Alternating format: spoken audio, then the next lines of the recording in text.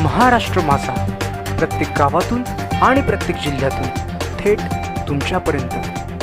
कडाव येथील ग्रामस्थाच्या गाळ्यावर शासकीय हातोडा, कुठलीही नोटीस न दिल्याचा ग्रामस्थाचा आरोप।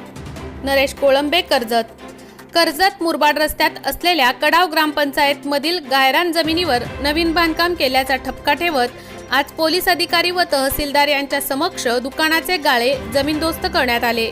अडाव ग्रामपंचायत हद्दीत असलेल्या कर्जतकडे जाणाऱ्या रस्त्याला लागून असलेल्या गायरान जमिनीवर शैलेश पवाळी यांनी ग्रामपंचायत ना हरकत प्रमाणपत्र दाखला भेटल्यानंतर बांधकाम केले होते। काही बांधकाम हे वर्षभरापूर्वी केले होते, तर उरलेल्या गाळ्यांचे काम गुरुवारी पूर्ण करण्यात आले होते। शैलेश पवाळी यांचे घर असलेले घर नंबर 283 व 2 गाळ्यांना लागून असलेल्या बाजूला गाळे बांधकाम करण्याच्या कामासाठी तत्कालीन ग्रामपंचायत सरपंच आणि ग्रामसेवक यांनी 2020 साली परवानगी दिली होती। त्यावर आज बांधकाम पूर्ण झाल्यावर तात्काळ कारवाई करण्यात आली। यावेळी कडाव ग्रामपंचायत सरपंच, सदस्य, ग्रामसेवक, तहसीलदार आणि पोलीस प्रशासन यांच्या समक्ष दुकानाचे गाळे जमीनदोस्त करण्यात आले। प्रतिक्रिया: सदर जमीन मागील 50 वर्षांपासून आमच्या ताब्यात असून आम्ही रीतसर परवानगी घेऊन बांधकामाला सुरुवात केली होती, परंतु बांधकाम झाल्यानंतर कोणतीही पूर्वसूचना न देता आमच्या गाळ्यांवर कारवाई करण्यात आली। ही कारवाई सूडबुद्धीने झाली असल्याचे आम्हाला वाटते। शैलेश पवाळी, कडाव ग्रामस्थ। आज 50 वर्षापासून ही जागा आमच्या ताब्यात आहे। माझ्या भावाच्या पाठीशी कोण उभं नाही। माझा बाप असता तर कोणाची हिंमत नसते झाली या कामाला हात लावायची, पण आज एवढं आमचं नुकसान केलं। माझ्या भावाने कर्जबाजारी होऊन हे काम केलं होतं। आम्ही एवढे रिक्वेस्ट करून पण यांनी काम थांबवलं नाही। आणि जर गुरुजनामध्ये सगळ्यांची काम आहे, सगळ्यांची तोडून दाखवण्यात आम्हाला लेखी द्या। कोणाकोणाची तोडू द्या। आम्ही कोणतीही पूर्वसूचना नसताना डायरेक्ट प्रशासन डायरेक्ट कारवाईला आले। आम्हाला सगळं जमीनदोस्त केलेलं आहे, सगळं काम आमचं तोडलेलं आहे। नोटीस नाही, कुठलं काय नाही। आज 75 ते 80% गाव गुरचरणीमध्ये आहे। ते पूर्ण अख्ख्या गावावर कारवाई करा, कर्जत तालुक्यात करा। आणि त्यांना काय कर्जत तालुक्यामध्ये कडावच दिसते का? माझा तहसीलदाराला, सरपंचाला, ग्रामसेवकाला सगळ्यांना प्रश्न आहे। कर्जत तालुक्यात माझ्यावर जशी कारवाई केली तशी पूर्ण कर्जत तालुक्यात झाली पाहिजे, हेच माझं सांगणं आहे। आज 50 वर्षापासून ही जागा आमच्या ताब्यात आहे। माझ्या भावाच्या पाठीशी कोण उभं नाही। माझा बाप असता तर कोणाची हिंमत नसते झाली या कामाला हात लावायची, पण आज एवढं आमचं नुकसान केलं। माझ्या भावाने कर्जबाजारी होऊन हे काम केलं होतं। आम्ही एवढे रिक्वेस्ट करून पण यांनी काम थांबवलं नाही। आणि जर गुरुजनामध्ये सगळ्यांची काम आहे, सगळ्यांची तोडून दाखवण्यात आम्हाला लेखी द्या। कोणाकोणाची तोडू द्या। आम्ही कोणतीही पूर्वसूचना नसताना डायरेक्ट प्रशासन डायरेक्ट कारवाईला आले। आम्हाला सगळं जमीनदोस्त केलेलं आहे, सगळं काम आमचं तोडलेलं आहे। नोटीस नाही, कुठलं काय नाही। आज 75 ते 80% गाव गुरचरणीमध्ये आहे। ते पूर्ण अख्ख्या गावावर कारवाई करा, कर्जत तालुक्यात करा। आणि त्यांना काय कर्जत तालुक्यामध्ये कडावच दिसते का? माझा तहसीलदाराला, सरपंचाला, ग्रामसेवकाला सगळ्यांना प्रश्न आहे। कर्जत तालुक्यात माझ्यावर जशी कारवाई केली तशी पूर्ण कर्जत तालुक्यात झाली पाहिजे, हेच माझं सांगणं आहे। व्हिडिओवर पण माझं नाव रमेश पवाळी। आमची वडिलोपार्जित जमीन आहे।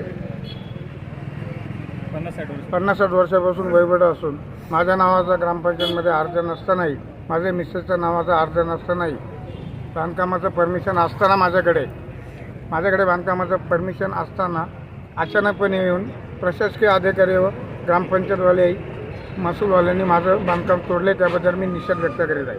कुठल्या प्रकारची नोटीस? ग्रामपंचायतचं ना हरकत प्रमाणपत्राचा दाखला तुमच्याकडे आहे। मग अशा परिस्थितीत ग्रामपंचायतने ही कारवाई का केली असं का वाटतं? ग्रामपंचायतनी याच्या अगोदर ठरावही घेतला ग्रामसभेमध्ये का गुरुचरणीमध्ये जी काय आत्ता कामं आहेत त्या कामांना मंजुरी देऊन याच्यापुढे नवीन कामं कुठली होऊ नये।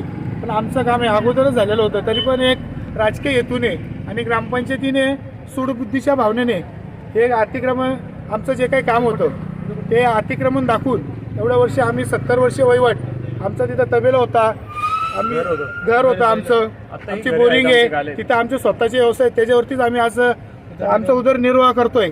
तरी पण प्रशासनाने, BDO, तहसीलदार, ग्रामपंचायत सरपंच यांनी कुठल्याही गोष्टीची दखल किंवा पूर्ण कल्पना न देता आमचं ही कारवाई केली।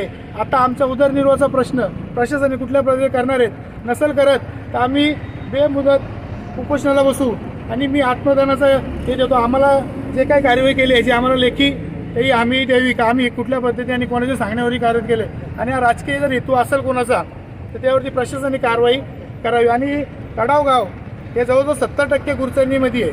आता तिथं कितीतरी लोक रहिवासी आहेत किंवा त्यांची नवीन कामं आहेत, त्यांच्याकडे कुठल्याही गोष्टीचं लक्ष न दिलं त्यांच्यावरती कुठली कारवाई करणार, अन्यथा आम्ही प्रशासनाच्या विरोधात कायद्याने जे काय करायचं उपोषणाला बसू आणि कायद्याने आम्ही त्यांच्याशी लढा देऊ. सदर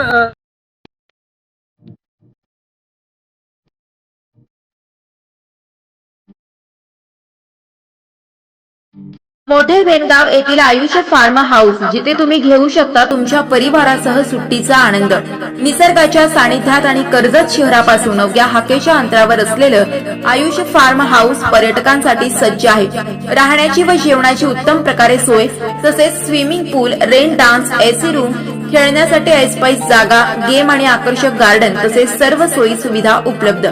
पत्ता मोठे वेणगाव, कर्जत, रायगड. बुकिंगसाठी संपर्क भाई गायकार 88 88 38 11 11, अभिषेक गायकार 88 88 37 11 11, अवंतिका गायकार 77 20 04 56 78. तुमच्या परिवार आणि मित्रांसोबत सुट्टीचा आनंद घेण्यासाठी आत्ताच बुक करा आयुष्य फार्म.